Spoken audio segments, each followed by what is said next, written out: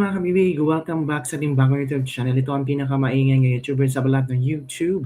Ako si Kabibig, maglabag-labag na tayo with evidence. Ano itong ating nakitang video, kabibig, kung saan sinasabi na sa ngayong year na yon, 2026, ay aarestuhin si Marcos Jr. Naku po.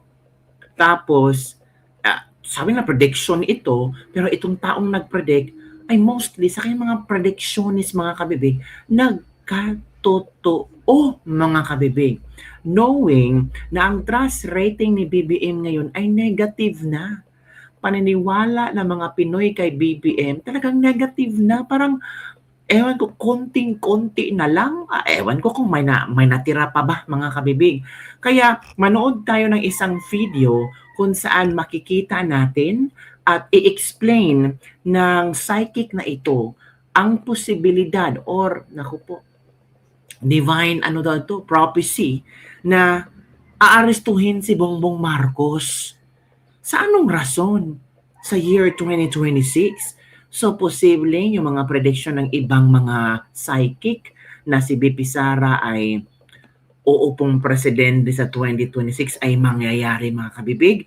So, heto ang unang video ating papanoorin, mga kabibig. Kayo nang bahala ha. Kayo nang bahala mag-isip o may niwala ba kayo sa mga psychic na ito. Prophecy for President Marcos. President Marcos arrested. Makinig tayo, kabibig ha. Ito na. Tignan natin.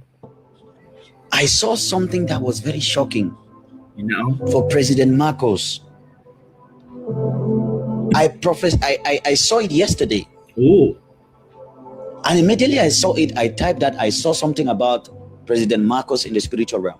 In the spiritual realm. I did not even want to post it. And the Holy Spirit, I wanted to make a video yesterday about the vision the Lord gave me concerning President Marcos. Vision the Lord gave me. Vision ha, the Lord gave me about Bongbong Marcos. Ano kayang vision to, mga kabibig? From the Philippines. But after I wanted to make the vision, I wanted to speak about the vision. The Lord said, no, Perez, don't speak about it now. I said, okay, Lord. And so it is now that the Lord is giving me the leading to say it. Hello? I saw President Marcos arrested. Ooh. I saw President Marcos sa kanyang vision arrested. Hala ka. Sa anong kadahilanan? Hala ka. Let's continue ha. Intriguing to ha. Intriguing itong sa ano niya, sa kanyang vision, mga kabibig. Let's listen. No, it sounds very weird. Weird nga. Pero I saw him arrested. Ooh. And then the Lord says, tell President Marcos. But the Lord doesn't call him president. The Lord call him Marcos. Ooh. Even us, when the Lord calls us in the spirit, he calls us by name. The Lord says, tell Marcos. Tell Marcos. Tell Marcos. His own people will turn against him in 2026. Ooh. Hala ko. Anong sabi niya? His own people will turn Marcos in 2026. So ang taong bayan ang magpapakulong, ang taong bayan ang magpapaaresto kay Bongbong Marcos. Yan ang nakikita niya. Yan ang vision niya. Hala ka ma. Uy, kinakilabutan ako, kabibig. 2026 na ngayon. Anong buwan kaya? Excited naman kayo. Ito. Says the Spirit of the Lord. Spirit of the Lord ha? Anong kausap niya? I hope that he's gonna listen to this one now, because the one I gave last time, he did not listen. I don't know if someone showed him. If he truly listened, he would have given a 3 days fasting for the nations of the Philippines. And I don't hate him. I don't hate even my enemies. Even people who are evil, I do not hate them.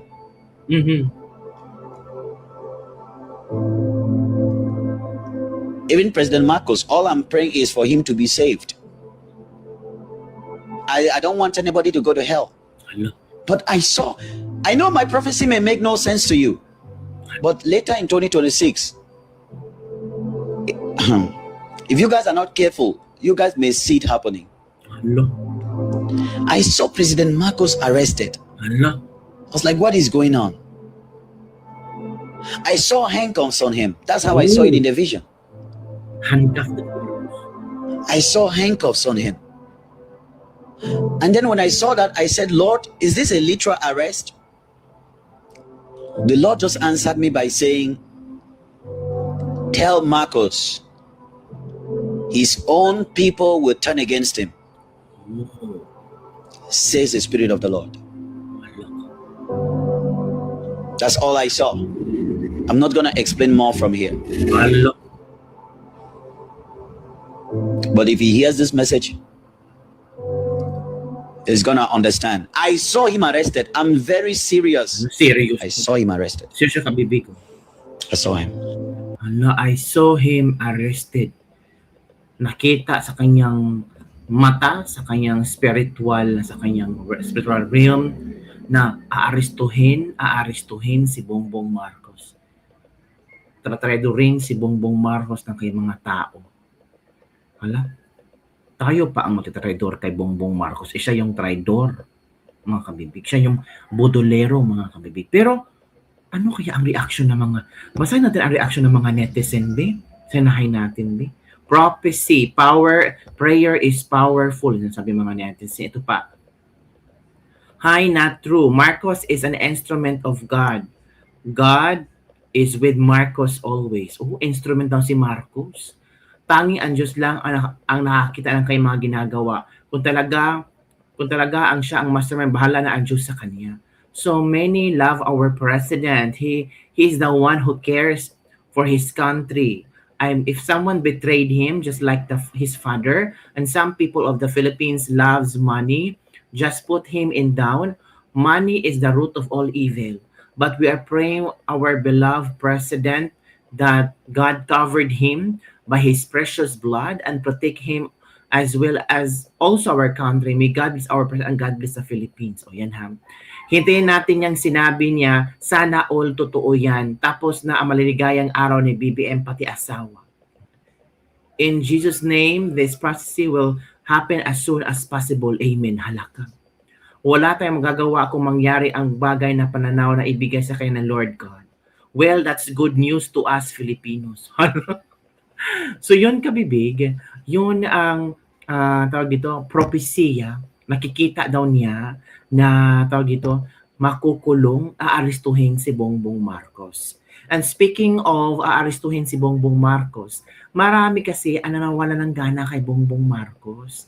Negative na ang kaniyang trust rating, mga kabibig. So eto, si Mike Defensor nag-explain hinggil sa negative na trust rating ni Bibing at ano ang maging impact nito sa maraming Pilipino. Ito ha. At sa ekonomiya, posible din. Let's watch this video. Dito, patay sa mga nangyari, talaga ang paniwala ng tao, negative. Hindi na nagagandahan sa palakad ng Pangulo at ng gobyerno. Sir, dito po tayo sa nangyari kay former or retired General Romy Poquis. Pag-usapan po natin yung mensahe na ipinapaabot dito sa publiko. 2 frames. Una, anong tingin dito, sir, ng mga active? Tingin mo, military uniform personnel sa kasong kinaharap ng isa pong dating general ng Armed Forces? Una sa lahat, MJ, hindi lamang sa mga sundalo, pero sa bawat Pilipino, napakasakit na makita yung isang tao na nagsasalita ng katotohanan o nagtatanong o nagiging kritikal sa administrasyon ay ikukulong mo nang walang batayan. Ngayon, marami din mga tao na involved sa nakawan, alam nilang involved na nakawala. O, unahin na natin, si Secretary Manny Binuan, agency niya yung pinag-uusapan sa flood control corruption, pinakawalan. Yung mga contractors, sinabi nila noon, may 67. May kinasuhan ba? Wala.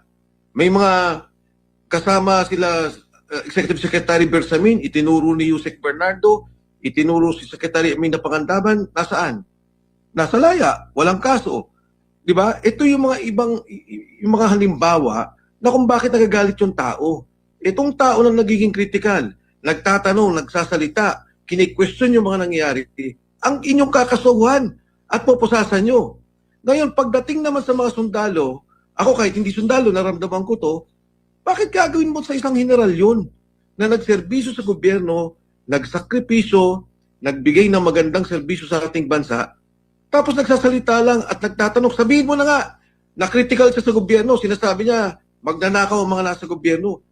Ikukulong mo, general, na ipapahiya mo, ang gusto mo talaga ipakita sa airport pa lang, sasalubugin mo, pupusasan ninyo?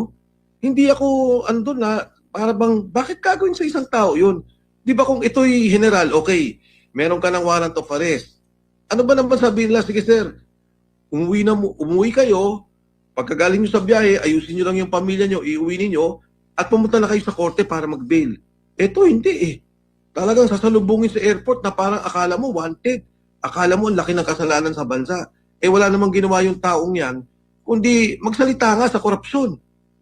Kaya tingin ko, sa mga sundalo, lalo tigit sa mga opisyal, and of course sa mga PMAers, medyo hindi maganda. Hindi maganda yan na parang may humiliation, parang ipinapaya mo yung kasundaluhan, no, ang isang general na kasama mo na wala namang ginawang masama. Pwede kayong mag-iba ng opinion. Pwedeng ibang inyong paniniwala, ibang inyong pananaw. Pero para isadya ninyong hiyain, eh hindi maganda. Opo, lalo pa kung crucial yung panahon ngayon, lalo na sa paggamit po natin ng ating kalayaan sa pamamahayag. Ano na kaya ang borderline na Kong Mike? Kung ganito ang mangyayari, kasi marami nagsasabi na kapag pumuna ka sa administration, kaso ang aabutin mo, pero pag si VP Sara ang binanatan, abay, ayos lang. Alam mo, kahit na sino namang opisyal, no, Pangulong Bongbong Marcos, Vice President Inday Sara, kahit naman sa batas, no, sa Korte Suprema, may marami na silang ginawang ruling tungkol dyan. Hindi kami dapat balat sibuyas. Hindi kami dapat madaling maapektuhan. Lalo tigit, pag ang sinisigaw ng tao, ay yung korupsyon.